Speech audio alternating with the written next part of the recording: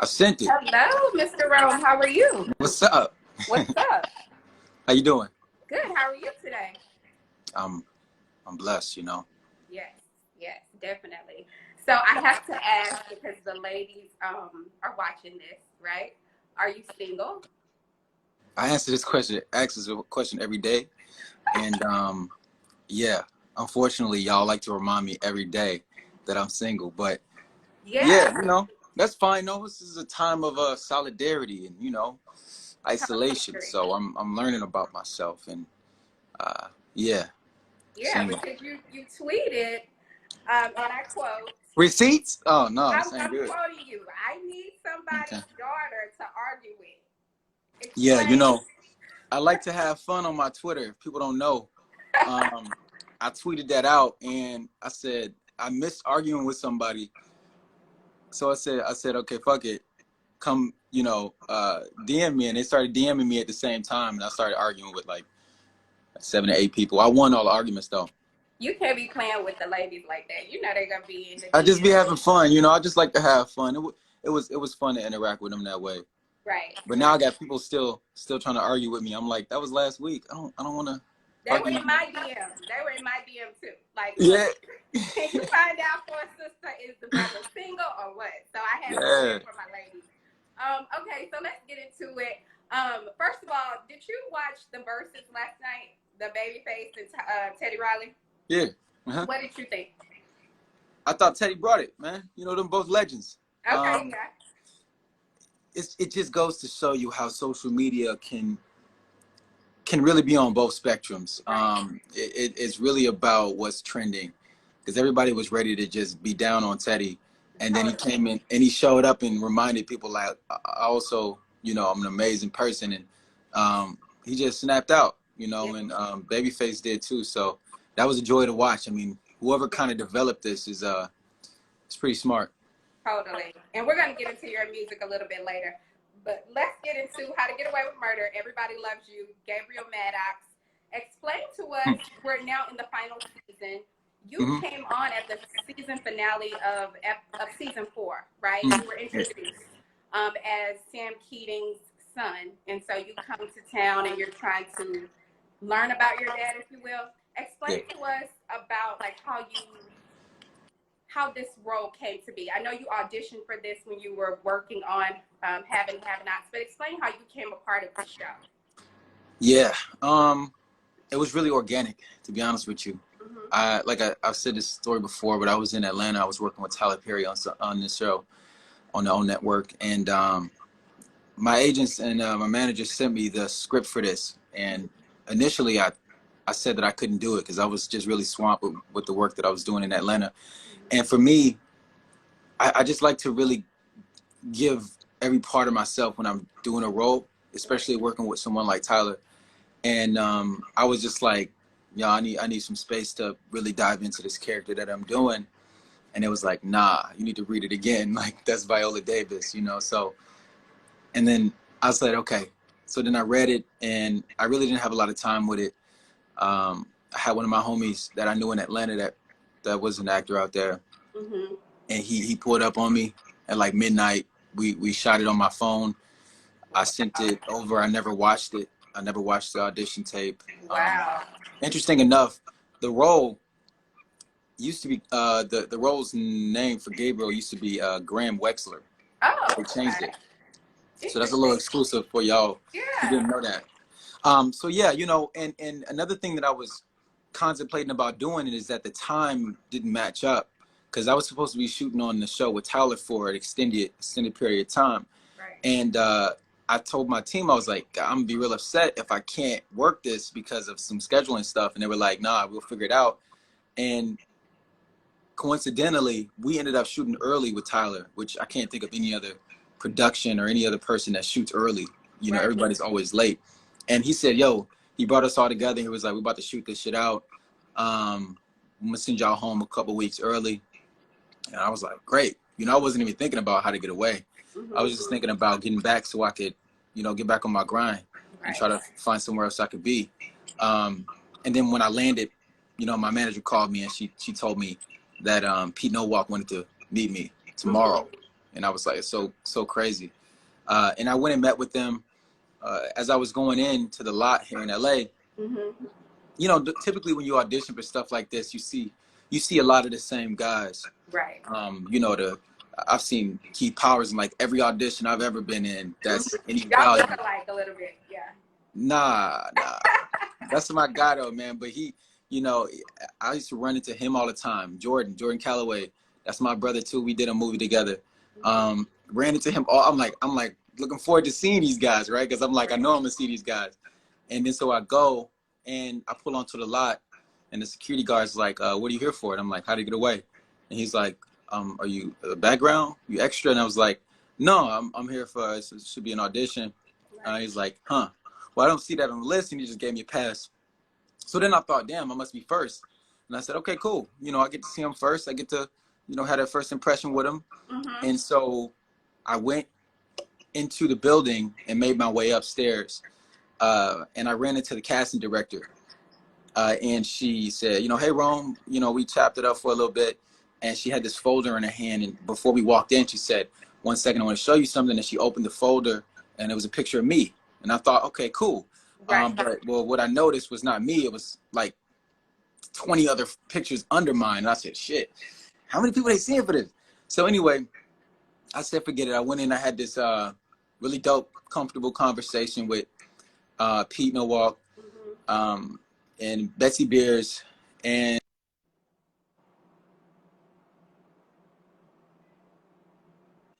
somebody called me. So anyway, who else was in that room? Can't remember. So it was the execs, right? Mm-hmm. And so we sat down and we talked, and it was real comfortable, and they just wanted to know about me, wanted to know my story, and, you know, we got to know each other. And as I left, the casting director got up and she said, oh, and she opened the folder and she took my photo off and handed it to her. And then I noticed that all the photos under there were mine also. Oh, wow. So I was like, oh shit, this is strange, you know? So as I left there, I was like, you know, who are they seeing for this? Who else are they seeing today? And then they said, no, they just saw you today. And I was like, oh, that's crazy. That's dope. And I don't know. I mean, I think they've seen other people for it, but I mean, for that particular meeting, that's really what it was. I sent my audition through an iPhone, you know, and I set it up on some furniture in my hotel room, and you know, just ducked off and was in my cave, writing for my character for I Have and Have Nots. At the same time, it was a real hectic kind of time, but I really enjoyed it, and it ended up working out perfectly. And now, you know, it's the best thing to happen to me as far as career-wise. Yeah, because this is a really big show, but you were on 2 big shows at one time, but I'll get into that. Did you feel any pressure coming onto such a tight-knit group of like cast? They've been on, most of them, since the first season, and you were coming in near the ending of the show. Did you feel at all nervous or intimidated, or did you feel like, I got this? No, I was for sure nervous. There was a little bit of time before we started filming, and so I popped in on set, and the first time I met Viola, I was shook. I was shooketh, you know, because I, you know, I just had so much respect for her.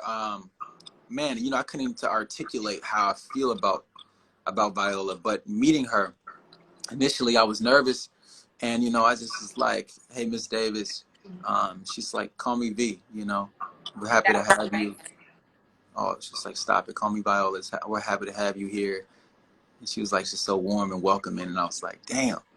And then when we had to film, my first scene that I had to really film with everybody was a scene in the classroom where I had to do my what was it, the hypothesis that I had to pitch to the class, and I had to get up in front of everybody, and I hadn't even known them well at all, and it was definitely a real nerve-wracking time for me because I really just wanted to make everything cohesive. I wanted to fit into this world.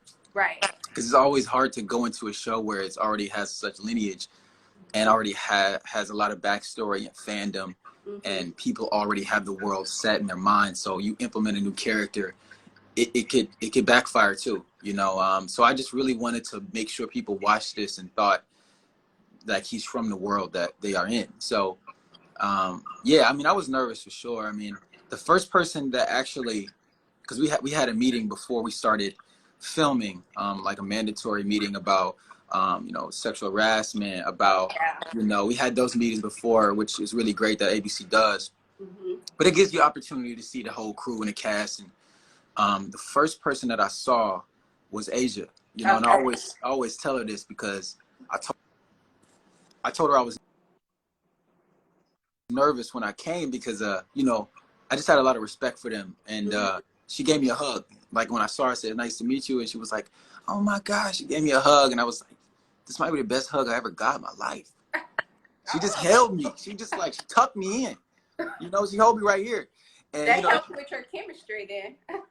that's before we even had chemistry. I had stuff with Laura way before that. So she, you know, she was just very inviting. And yeah, now, you know, we kick it when we're on set. We have a good time, and it's crazy to think about those that is about to be done. I know. What's the one thing that you learned most about yourself as a person and as an actor on this show? You know, I think the biggest thing I took away was that I used to be so calculated. I used to be so driven on things being the right way. And being on this show and being around Viola and working with them, I realized that life is messy, you know, and personal life is messy, but also work life, and also whatever life I portray on screen is messy. You don't have to be perfect. I was so fixated on making sure that I did these certain things when I was filming the first season that I was there.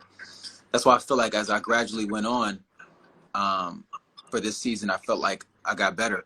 Not that I was worse before, but I just, you know, I learned, you know, I learned from how Viola digests things that came her way, you know, and it just, man, it made me a pro, you know, it made me really just lock in and just really dive into this character, which is what I did for the 2.5 seasons I was there. But I learned a lot about myself too, you know, just, you really, you know, our bodies, we're not born to to do this profession. You know, we're playing on our emotions, and we're playing in actual true spaces of our individuality. So I learned a lot about myself in being in those vulnerable spaces with Viola and Asia, and those scenes that I've had before, and also Marsha Blake, who plays my mom. Anytime you can just be vulnerable and cry in front of a person, it's just really a special thing.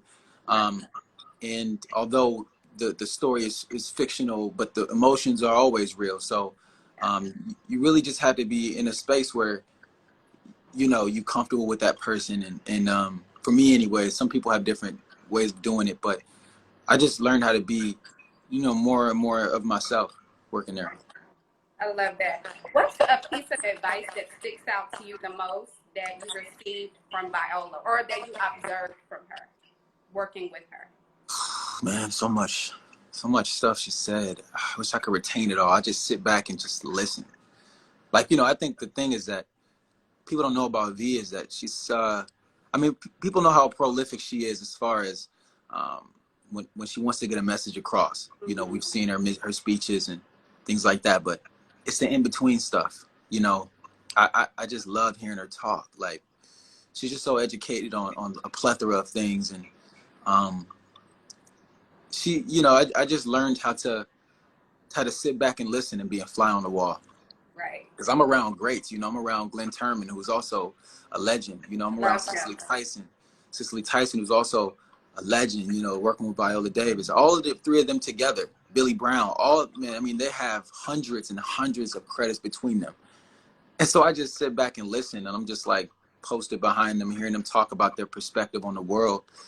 It really helped me stay grounded and really helped me see how, as you elevate in whatever space creatively or your career, that you can still maintain a sense of humility, you know, and a sense of perspective. And it's not necessarily anything that she said specifically to me, but I just learned a lot just by how she went about her day, you know. Right. Yeah. Did you take anything from set on the last day of shooting? I really planned on taking a lot, but I didn't take anything. Okay. I'm gonna be honest with you. It was so much to take that I didn't take anything. I wish I would have stolen something from somebody else, though. I think I was But what happened was I did plan on taking stuff from my room. Mm-hmm. And we had this scene where my room is empty, and then I go back, and everything's gone. The set's already broke down, and I'm like, fuck, everything's gone already. So hopefully they put, you know, I was just gonna put it on eBay and then donate it to charity or something. But maybe they'll still do that. Right, definitely.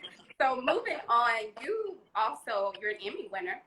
So you won an Emmy for your role. Appreciate that. They don't like to speak on that, man. They don't like to. They don't like to give me my roses a little bit. I got one rose. Give it to me. You know what I'm saying? Look, your roses are your roses. You deserve it. Congratulations on that. Tell us The Bold and the Beautiful. Being on a soap, you were on there for 2 years. How is that different from being on, let's say, a How to Get Away with Murder set or a Having Happened? Yeah, feels like a distant memory, low key, but I still retain the feeling that I had being there. Mm-hmm. It was really different. I say it's something like training. Okay. Like it's like training wheels for actors. Not to say that the work isn't important, but because it is, depending on how you approach it. When you're in a space like soaps, you have the luxury of either phoning it in or really trying to make something great of it.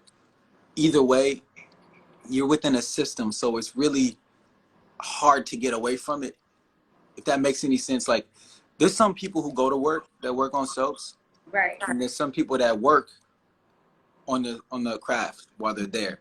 Now, the people that just go to work, I respect it. You know, they look at it as a job. I mean, I've known a lot of soap stars who like, nah, I just work. It's 9 to 5 hours. You know, typically we'd film 9 to 5. You know, they have a good working experience and also good personal life, and so it's not about the craft or the art. It's about getting it done. It's about clocking in. Gotcha. For me, it's always been about the art, and it's always been about, how I can develop this character, and that's how I approached it. You know, going into it, I've never taken a job based on money. I've obviously contemplated jobs because of that reason, but the art comes first, and I feel like if you put that equity into your craft, it's gonna come back tenfold. Right. And that's what I did with Bold and Beautiful. There's a lot of vets on that show. Right. Any particular job that you can be in for X amount of years, 10, 20, 30, like John McCook, who is a legend, and I miss his energy, man. He's such a special person, but he's been there from the beginning, and I learned so much just being around him. Like, he's a vet. He just kind of like took me under his wing when I first got there. That was my first big gig that I had ever had.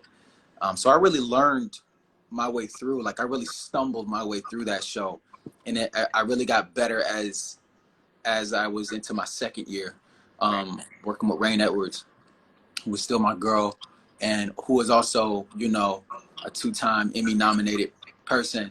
Yeah. And I learned a lot from being there with her. She's such a strong Black woman. And to be in a system that doesn't really cater to representation as much as it should, we took it upon ourselves to really make that a key point of our relationship on screen. Because when I got there was like two Black people there, and then as they started to grow the characters and the storyline started coming more, you had people like Oba Babatunde, who's really a legend. That's my mentor, my brother, who won an Emmy for that show also. You got people like Anna, who came on to the show too, and just amplified it. And I got to see that happen up close, and it was a joy. I always tell them, y'all could bring me back. You know what I'm saying? Let's go. I don't know. I don't know if I could do it now, but I would go back. I'd go back. Are you Iron and EGOT? I want it all. I want it all. Okay. Hey, I want it all. Give me lit. Give me lit, like the Woo. R.I.P. Woo, man. He said, "Give me lit." I want everything. I want Tony. I want a Grammy. I want an Oscar. Shit, I want a YouTube award when you hit 100 subscribers. I want all of that. Put it out in the atmosphere. Yeah. You started in a Medea family funeral, and you guys shot it in 7 days, right? What was that like? Did you guys shoot in Atlanta at the Tyler Perry Studios? Is that correct?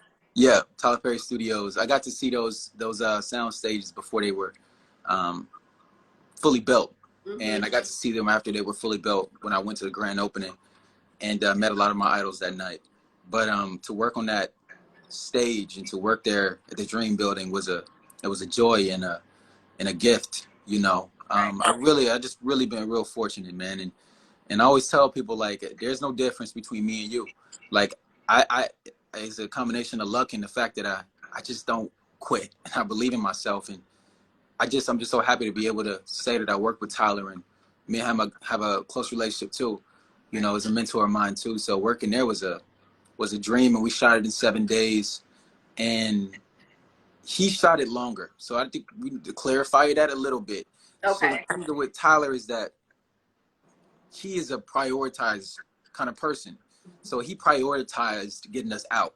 So we shot, obviously, from, time is money. So he would always be like, what are we doing? Why are we not shooting? Like, he's just so locked in, right. And he runs a tight ship, but he's also hilarious. And he knows how to balance the levity with humor and make it a good, fun work experience. But, you know, we shot our stuff in a week. Okay. And he actually still had to do a lot of green screen work. Gotcha. So he stayed, and he would spend a whole day as one character, maybe as Joe, or he'll spend a whole day as Medea, and we'll shoot all the scenes. And he shot. I wonder how long it took him to do all of that. But he was by himself, you know, him and the crew, and he would come in and just, you know, do his thing. He's really a genius. People don't realize it, but yeah, he wears every single hat that you could wear on a set, you know. So. And speaking of Tyler Perry, you brought your mom to the opening. I know your mom must be extremely proud of you. You come from a big family of 7 kids. Yeah. Tell me, what does your mom, or what advice, or what has she told you to keep you, because I know the journey hasn't always been so easy. So what has your mom told you over the course of your journey to motivate you to keep going? She just never not believed in me, you know. And she never questioned my decision making, never. But that's what you find with a lot of, you know, single Black women who raise their kids alone, is that you have to wear a multitude of hats, which gives you a certain set of skills to really understand empathy and understand how life can be messy, you know. And she really just taught me to keep going, you know, and to prove people wrong. It's like I'm fixated on it now. You know what I mean? And she just was like with me the whole step of the way. And I did take her. She'd been begging me and telling me she wanted to go somewhere with me. She wanted to go to some red carpet stuff that I was doing. And I just told her that when the time's right, you're going to come with me to something that's going to be special. And I brought her to that, which, you know, that was perfect. And she was a pro. Like, I'm more reserved. Like, I'll go up to my idols and I'll tell them that I appreciate them. And but there's some people that I just wouldn't go up to, because I'm like, sometimes the image of a person is better to live with than the actual reality of them. Right. So for me, I said, you know, when I saw Beyonce and Jay-Z there, when I saw Will Smith there, and Denzel Washington there, and Samuel Jackson there, and I mean, Bill Clinton, you know, Hillary Clinton, you know, just like the people who I call the needle pushers, you know, the people who push the cultural needle, people who are our precedent, you know, the lineage, it was all there, you know. And I was way more reserved. I was chilling, you know, Oprah was there, everybody was there, right?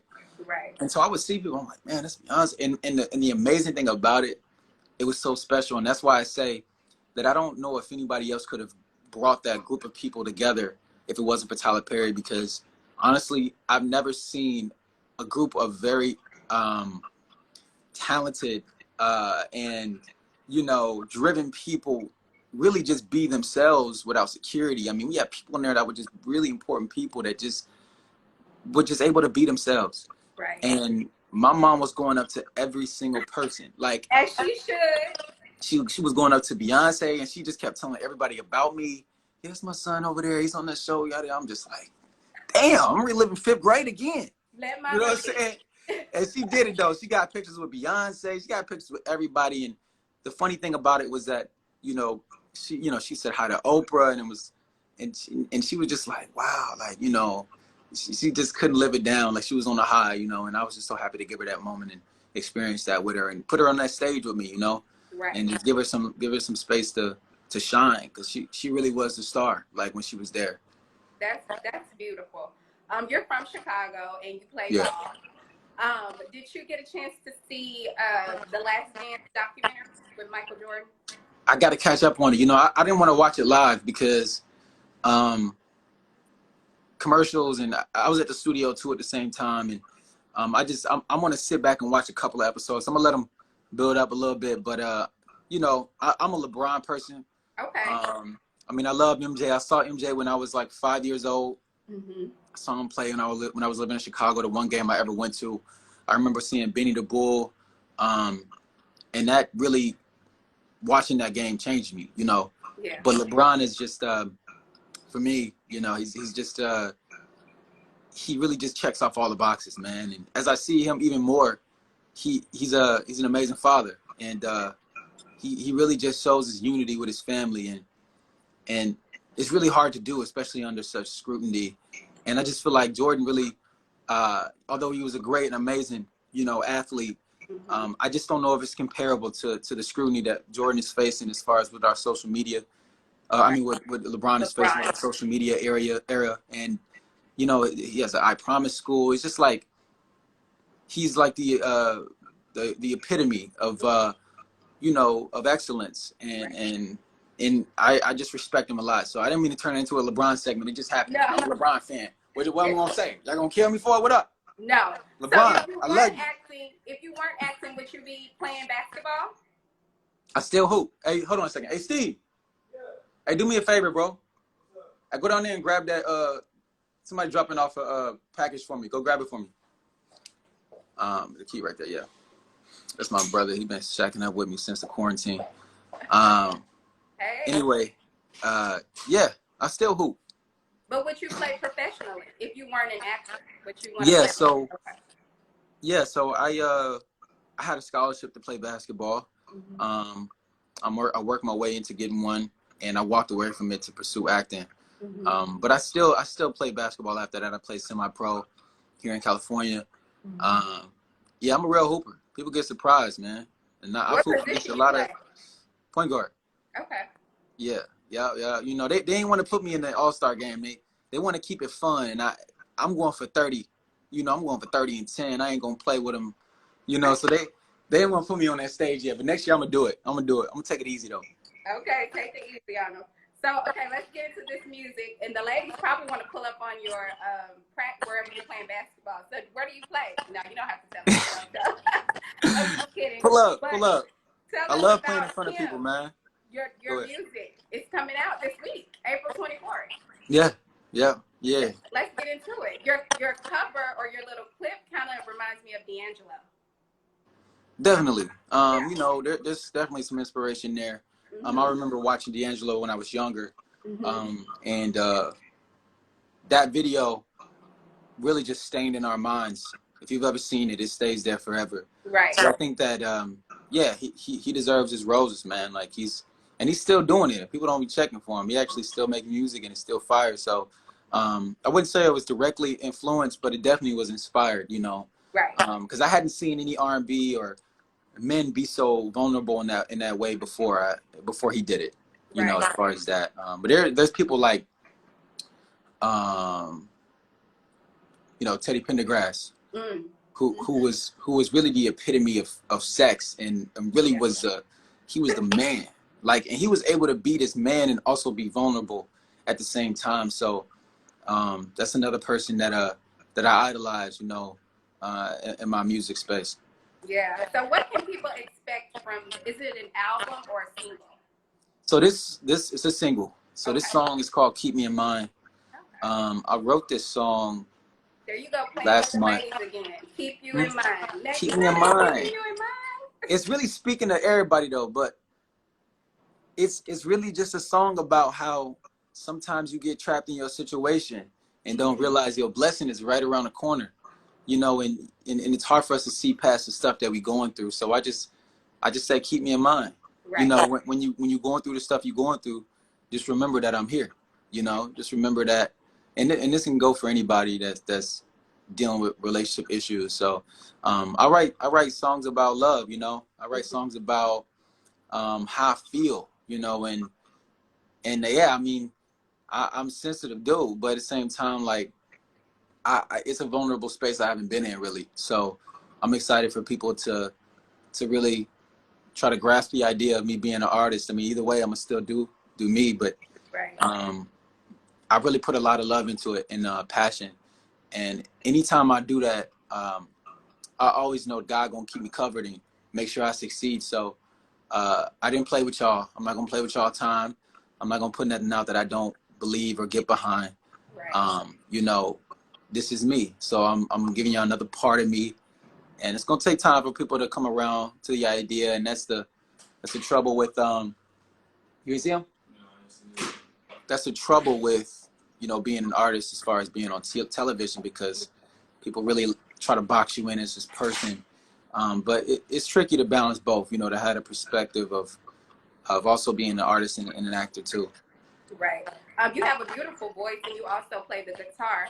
Yeah. We want to sing us out. Give us a little. Sing you out? Yeah. Give us some. Oh wait, maybe I'll play y'all something on piano. Right. Okay. All right. I should have set this up already. Let me know if these keys are a little loud, because whenever I play this thing, sometimes the keys can get close to the piano.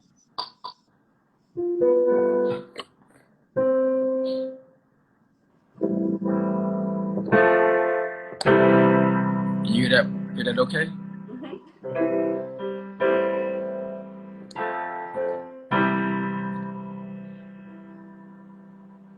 Guess it's true, I'm no good at a one-night stand,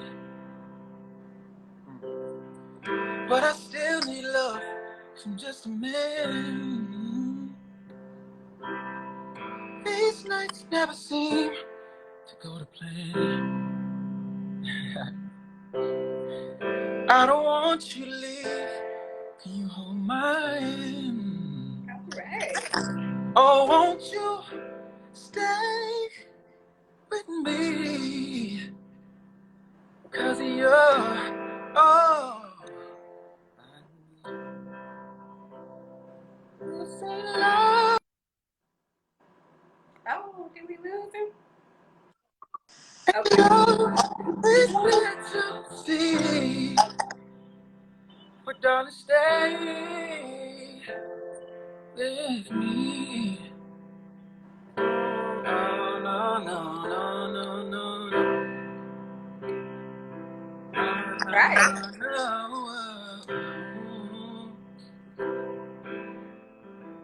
You really made me sing this early. You got a song out of me, I'm mad.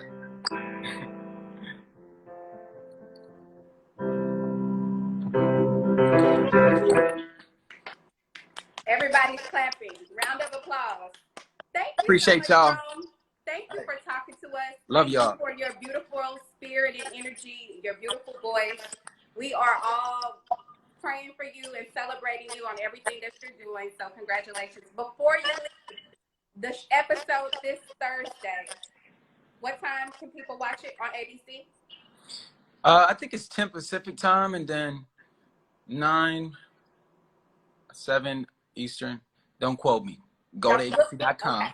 Okay? HTGAWM and look, because I don't know. I'll watch them before it comes out, because I don't want to be surprised. You know me. Okay. I got to see it. But thank you for talking to me, man. I love talking to y'all, man. You know, thank you for giving me this platform to share my different talents and, you know, talk to you and give me that energy right back. I appreciate it.